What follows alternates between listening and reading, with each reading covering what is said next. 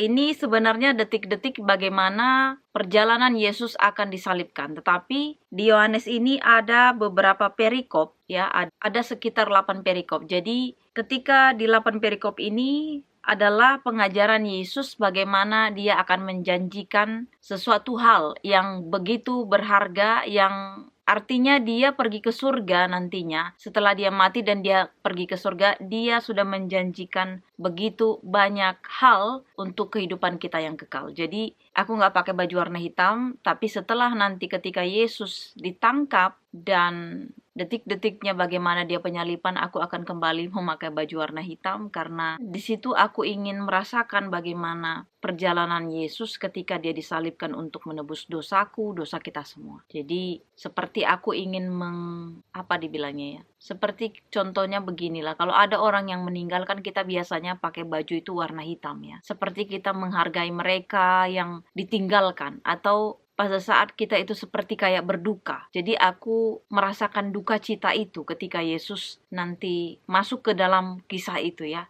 Nah, sekarang di sini kita akan lanjutkan bagaimana pengajaran Tuhan Yesus atau janjinya dia kepada kita yang ditinggalkan dia nanti. Ayatnya di sini tidak ada di kitab lain ya, karena biasanya kan perikop terus ada nanti di kitab-kitab lain, tapi ini enggak ada. Ayatnya di Yohanes 14 ayat 1 sampai 14. Rumah Bapa, janganlah gelisah hatimu, percayalah kepada Allah, percayalah juga kepadaku. Di rumah Bapakku banyak tempat tinggal. Jika tidak demikian, tentu aku mengatakannya kepadamu, sebab aku pergi ke situ untuk menyediakan tempat bagimu, dan apabila aku telah pergi dan kemana aku pergi, kamu tahu jalan ke situ. Kata Thomas kepadanya, Tuhan, kami tidak tahu kemana engkau pergi, jadi bagaimana kami tahu jalan ke situ? Kata Yesus kepadanya, akulah jalan dan kebenaran dan hidup. Tidak ada seorang pun yang datang kepada Bapa kalau tidak melalui aku. Sekiranya kamu mengenal aku, pasti kamu juga mengenal Bapakku. Sekarang ini kamu mengenal dia dan kamu telah melihat dia.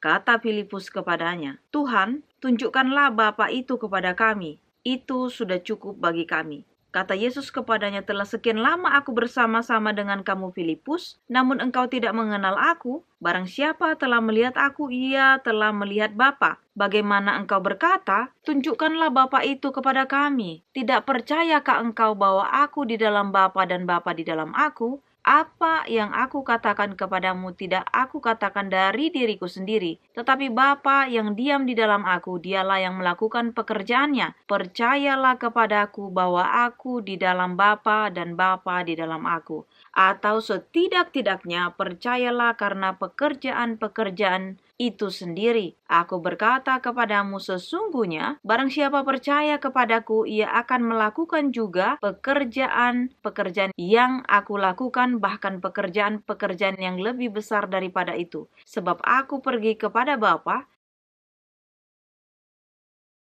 aku akan melakukannya supaya Bapa dipermuliakan di dalam Anak. Jika kamu meminta sesuatu kepadaku dalam namaku, aku akan melakukannya. Jadi itu tadi bagaimana firman Tuhan, dia di sini dikatakan rumah Bapa. Ketika Yesus nanti sudah mengalami kematian hanya 3 hari ya. Jadi kematian itu tidak menguasai Tuhan kita Yesus Kristus karena dia akan menang nantinya.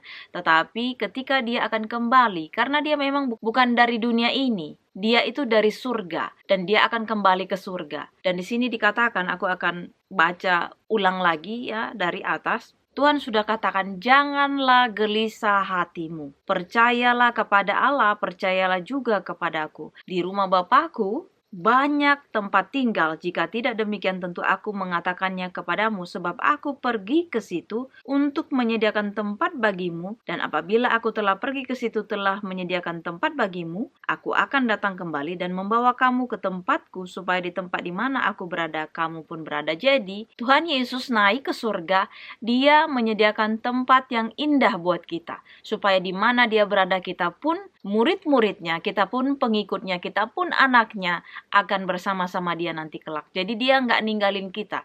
Dia hanya pergi untuk menyediakan tempat buat kita. Jadi selama kita hidup di dunia ini, mau apapun yang terjadi, jangan pernah tinggalkan Tuhan. Karena sayang sekali ketika kita meninggalkan Dia, kita tidak bersama-sama Dia nanti kelak. Dan di sini lagi dikatakan,